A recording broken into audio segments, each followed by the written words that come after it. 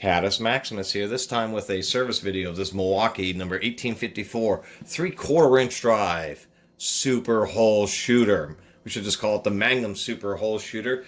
This is essentially the largest regular type portable electric drill that you can basically buy. Regular type being like it's a large size version of, say, a 1/2 inch drill. It's a 3/4 inch drill. Drills beyond this size, and they do make 1 1/4 inch rated ones, but they use taper spindles in them for using machine shop Morse taper tooling. And so they're not quite the same. They're really long, and then they require their own special tooling. And then there are drills that are used on magnetic drills. Those are often very large, heavy duty, powerful drills. And then there are portable concrete core drills, which don't really have handles. They're on a fixture that drives them, but they're still basically the most powerful portable electric drills are core drills, and those can be 20 amps or even more. These types of big drills can be used in all sorts of situations. Grain augers for farmers, fence post augers. They're used on sailing ships. You get the inverter generators and these special socket adapters so that the main winches for hoisting the mainsails, which can be a big effort. You now use these drills as power heads. They have a lot of torque, and a lot of times the 1/2 inch drills, if you're doing like a really serious work where you're using your full body weight, you'll burn them up. And so that's the purpose of these big drills, is for all the situations where you actually want just a power head for all sorts of heavy duty applications. Obviously, people who do log cabin or heavy duty solid cross-section timber, especially if they're making like heavy-duty oak furniture, surprisingly enough, you need a 3/4 inch drill to drive any reasonably sized bit through hardwoods. If you're in a situation where you got to do it by hand. And I will be doing a review and comparing this to the 644 or the DeWalt DW138, just because that was the primary competition. Most other manufacturers now don't make them. It's pretty much Milwaukee, Fine, and I think a couple other manufacturers that make these really large drills, and it's kind of a shame. To the 60s through the 90s, there was a bunch of manufacturers, and that's, a little tool collector's dream of mine is to collect up all the different 3/4 inch drills that have been made over the decades. For now, two will suffice. Maybe I'll even do a video where I have run 2 3/4 inch drills at the same time, just one in each hand, and see if I can get myself in trouble. Anyway, this drill has been well used. It's worked for a living. The power cord didn't even have its end. I just had a multimeter and was able to measure 6.5 ohms when I pulled the trigger, just jamming them into the stub of the cord, so I figured it was worth a shot. Everything else seemed good.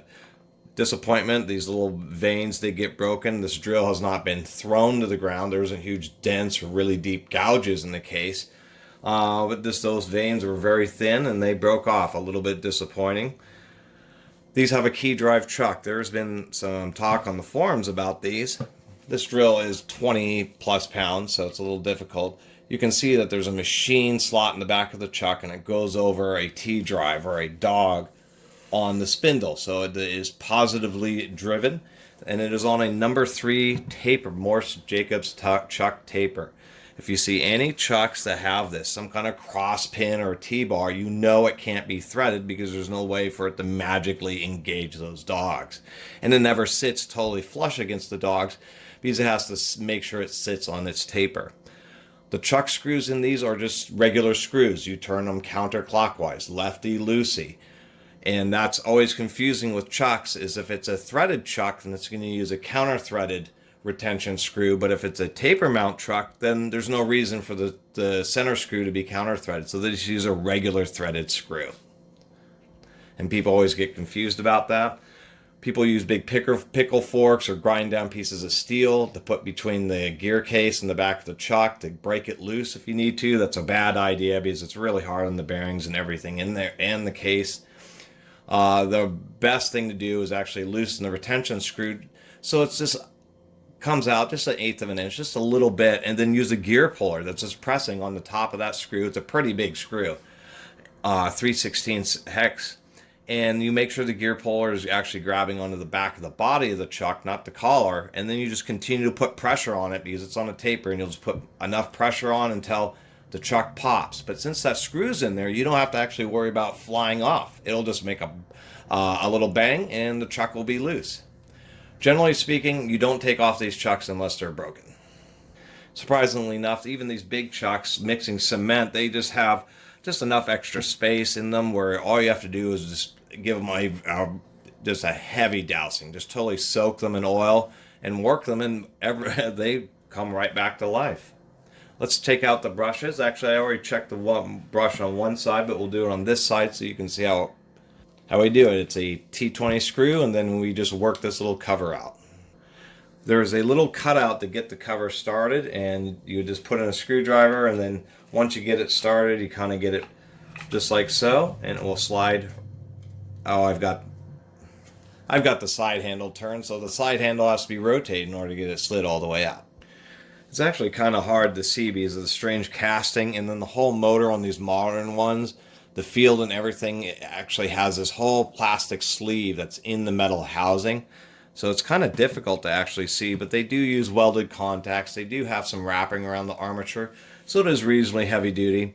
The power wire actually directly screws onto this back copper plate, and it is a proprietary brush. This whole copper plate and brush is one unified assembly. You can't, these dimensions of the brushes are standardized, so if you replace the brushes and the Milwaukee special ones are too expensive, then you just cut off the remainder of the old brush and just continue to use this plate with whatever replacement brushes that you have.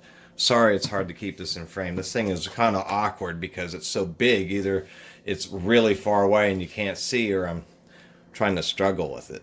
Last thing about the chuck screw, they are pretty loose. In this one, the chuck was almost all the way closed. When I opened the chuck, the lock screw actually just fell out. So they often do get loose, and you want to make sure they stay tight. Just generally check all the fasteners. I will be opening up the gearbox on this, but now I do need to replace the power cord. That's kind of a most common servicing, is just the brushes as well as the power cord.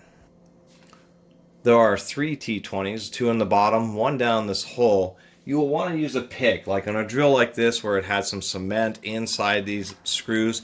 You'll need a nail, a pick, something sharp like this so that you can, come on camera, just so you can get all the grit out. You'll be sorry if you don't, because once you start stripping these screws, they really become a bear. Although on the Milwaukees, they do include a cross slot, so you can use a flathead screwdriver if you need to. You will have to remove 2 of these upper screws, and these are the kind of odd size. These are Star Torx, but these are the T27s, not T25s and not T30s. And if you use a T25, you risk stripping them. And you never really know, because the T25 just kind of feels okay. It just feels like a really loose fit when they're actually T27s. These 2 T27s were really stuck. I actually had to get out the 20 volt because this big long extension to get past all this handle was absorbing too much energy out of the little 12 volt. These were more stuck than you were going to be able to remove with a hand screwdriver, that's for sure. I mean, you would have really been struggling. Although it works, I'm a little disappointed to see that, because this is a 10 amp rated drill, and what we have in here is a 10 amp half horsepower continuous rated switch. And it's a nice switch, so it's going to handle higher surge loads, I should say, but nonetheless, you'd think you'd see like a 12 at least, or maybe even a 15 amp switch in there. So kind of surprised. And this switch does not have screw down terminals. It is just regular spring-loaded pinch terminals, which is also a little disappointing on something that's, so high amperage and such heavy-duty usage. Come on, Milwaukee. This cavity and switch design is very common for tools for many decades. You could get a non-reversing switch, swap it out with a much heavier duty one, and this whole metal housing has a huge amount of space, and you could just put a traditional rocker switch on the front. Anyway, this is a super simple repair because of this situation, because we just have a ground screw which goes up and attaches right here. We have all sorts of, we have hex screws, we have Torx screws, and we have Phillips slot head screws. So you pretty much have a whole mix of different fasteners in here. A couple T20s for the cord retention. The main power wires just go into the bottom of the switch. In this case, it happens to be the white wire on top and the black wire on the bottom. I'm going to go ahead and swap that out now. And since I forget it half the time, I always make sure to put the strain relief on first so I don't forget that. I always seem to wire something up and then forget the strain relief. Of course, one of the annoying parts is that you have to strip like a half a foot of ground wire just to get it to attach to the metal portion up there. And for anybody who isn't perhaps familiar with spring clips in power switches, if I can get, this is probably the worst angle ever because there's a bunch of wires here, but all these with the wires, there's either going to be like a window on the side of the switch or there's going to be like an extra wide slot, and so you need some kind of a pick or something just to be able to get in there and move the little locking lug. It's like a little piece of sheet metal that's in there. Since this had wide slots, it turned out to be the outer is where you need it. Sometimes it gets a little confusing. If it doesn't release on one side of the wire, just push the pick in on the other side of the wire and then it'll release. Do use the old wire so you can get the right measurements for your links. I've got the wires measured. Now we have to tin these wires because they have to be pressed down or use needle nose to push them down into those spring connectors. And I've pre-bent a hook into the ground wire to get around that little screw that it's retained by. And we're just going to do a little bit of tinning here. And all that is just applying a little bit of solder to the wire. I think we're hot enough here. We are. Make sure you have good ventilation when you're soldering.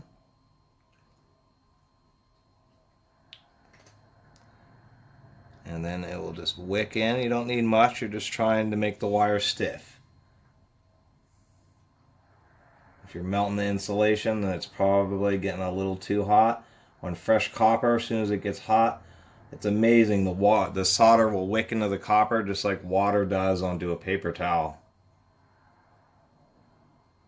If it doesn't really want to heat up, get a little solder on the soldering iron. It helps increase the conductivity. I'm having a little trouble with this ground wire here.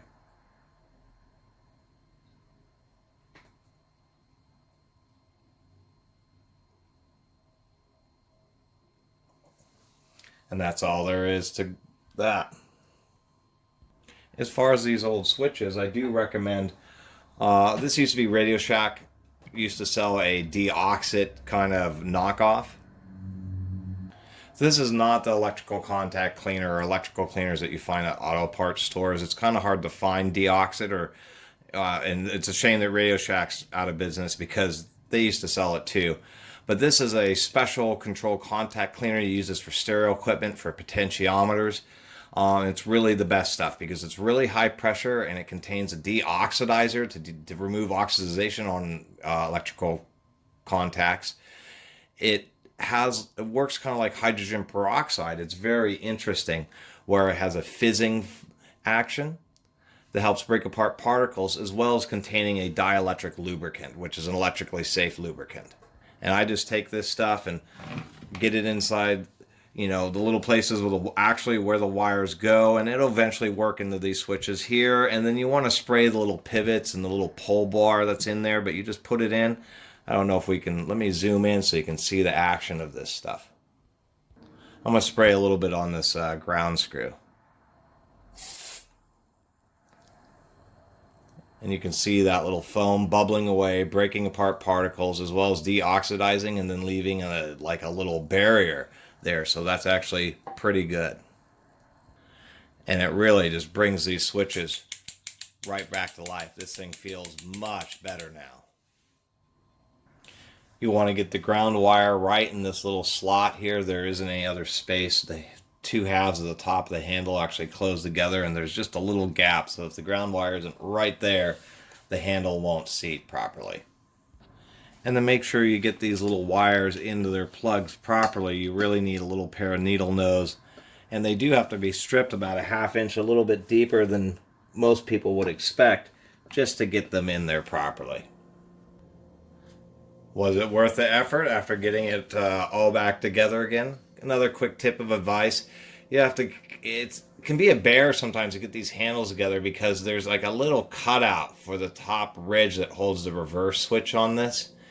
And you gotta get the handles together and you gotta press and shimmy and maybe press on the trigger until you can get the handles to properly snap together. It's always a hassle. I see lots of Milwaukee tools where the handles are spread apart. Really easy to get the wires in the back to get pinched, so you do have to fiddle with that. Make sure these screws are pretty tight in the plastic, but not, super tight. You don't want to strip it out, but you put in those screws first so the handle's held together, and then you really torque down these upper screws. Let's see if all that effort was worth it on my $60 drill.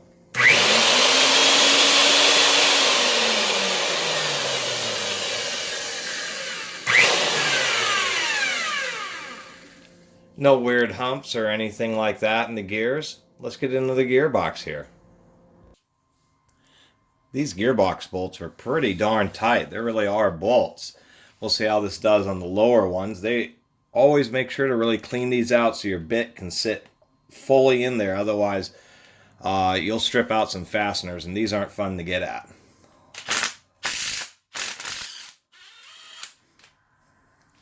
And that actually got nice and stuck in there. We'll do the next one here. This is always kind of the fun part, is taking off the gearbox.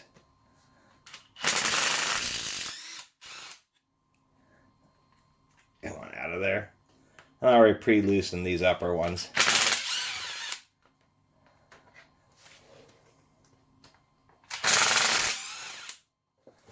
Alrighty, get those bolts out of there.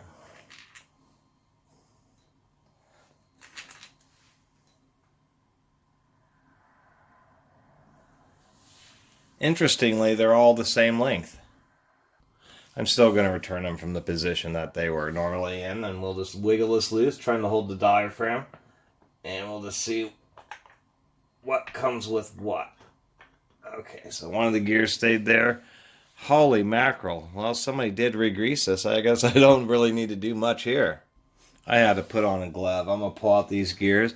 Many times these gears here will have just alignment washers, and sometimes they're stuck on the gears, and sometimes they get stuck on the bearing inside the unit. Come on, out of there.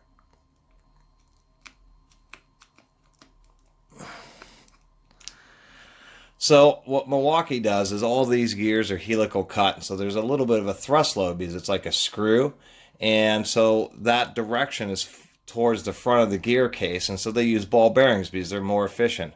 On the back side, they use needle bearings, but it also means when you're running in reversing operation, all the thrust loads are just against these washers. It also means that the end of the gear oftentimes will get stuck in that ball bearing and can be difficult to remove. It's not necessary. I just wanted to get a better look. Let me fiddle with that for a second. We'll go ahead and pull out this gear because it's just in a needle bearing, and we can see pretty good condition. Even down there, usually it's on these smaller ones where it has less teeth is where you'll see the most wear, and we can see nice flats still on top of there. These, surprisingly enough, this drill has been used quite a bit, but the gears look fine. The other thing is you want to take a real close look at the motor here. Here we are. Kind of difficult to manipulate this. Just wanted to get some zoom in there.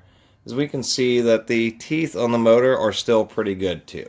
I can come in here and feel that they aren't razor sharp. You can just see, if I can just get it in the right light, that there's still nice flats on top.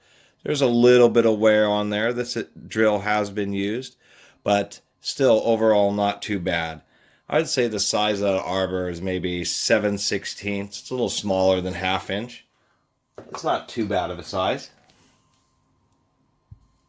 I'll put a little extra grease in this for good measure, but this is obviously very wet. Somebody at least replaces the grease at some point. So whoever had owned this before, I ended up finding this at it was kind of like a Habitat. It's one of our own local hippie kind of homegrown resale building material place. And I'm actually kind of surprised. And this is one of those things that show you that sometimes the outside can be pretty beat up, but at least it turned out to be a decent find for $60. I'm going to put a little bit more grease in there for good measure. And I also wanted to point out that I really like that that's a pretty large back end of the spindle. And the reason I point that out is I've seen quite a few drills where it has a nice front end, but the back end ends up being really small, and then there's wobble in the chuck. But it's because it's bent back here inside the gear case, not up front. So it's nice to see what looks like at least a 5/8. So definitely pretty heavy duty overall. And it also has a little alignment peg, so when you reassemble the gearbox, it is at precisely the same location that it came apart, just like a car transmission, so you don't have to worry about issues with different types of gear wear. Not all manufacturers do that. And then I'll do a short little drilling test. You want to make sure that you get a nice wipe down on these surfaces so the gearbox sits nice and flat. And these screws were torqued in pretty good. After I screw them back in, I'm going to use like a little breaker bar thing like this with the bit, just to make sure I get them torqued properly.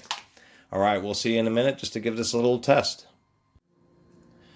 Now for the fun part. Manipulating the 3/4 inch chuck is always fun just because of how huge they are, just in relation to the size of your hand. I've been running this backwards. I did figure out a trick. I like using zip ties now for attaching the chuck keys, because then it allows it to spin just a little bit easier and makes working with these chucks a little bit nicer. We're going to use the good old 2 9/16 self-feed bit back in the Douglas fir. I don't have any hardwood, and this is only a foot wide, so I only have so much bracing against the block, and I don't want to hurt myself trying to run a much larger bit. But if you were drilling in madrone, poplar, walnut, oak, then it wouldn't be unreasonable to use this drill with just a 65mm bit. I have to turn this way down just for the 7/16 shank, and this is what's kind of hilarious, is this is a pretty long 2-inch shank, but the massiveness of this chuck takes it, just swallows the whole bit. It's pretty amazing. Always tighten in all 3 holes when you are using these drills, and you just tighten. Use the chuck key to help rotate the chuck around, and then put it in all 3 holes, just like so. Let's go ahead and get a view of this. And here we are, just to get the idea of the size of it against my leg. This drill is just absolutely huge. It's as long as the lower portion of somebody's leg, and you do really want to be careful when using these, and definitely have yourself pretty well securely braced. And that's one of the reasons I'm using a smaller bit in this test, is just so I can be a little bit more in control.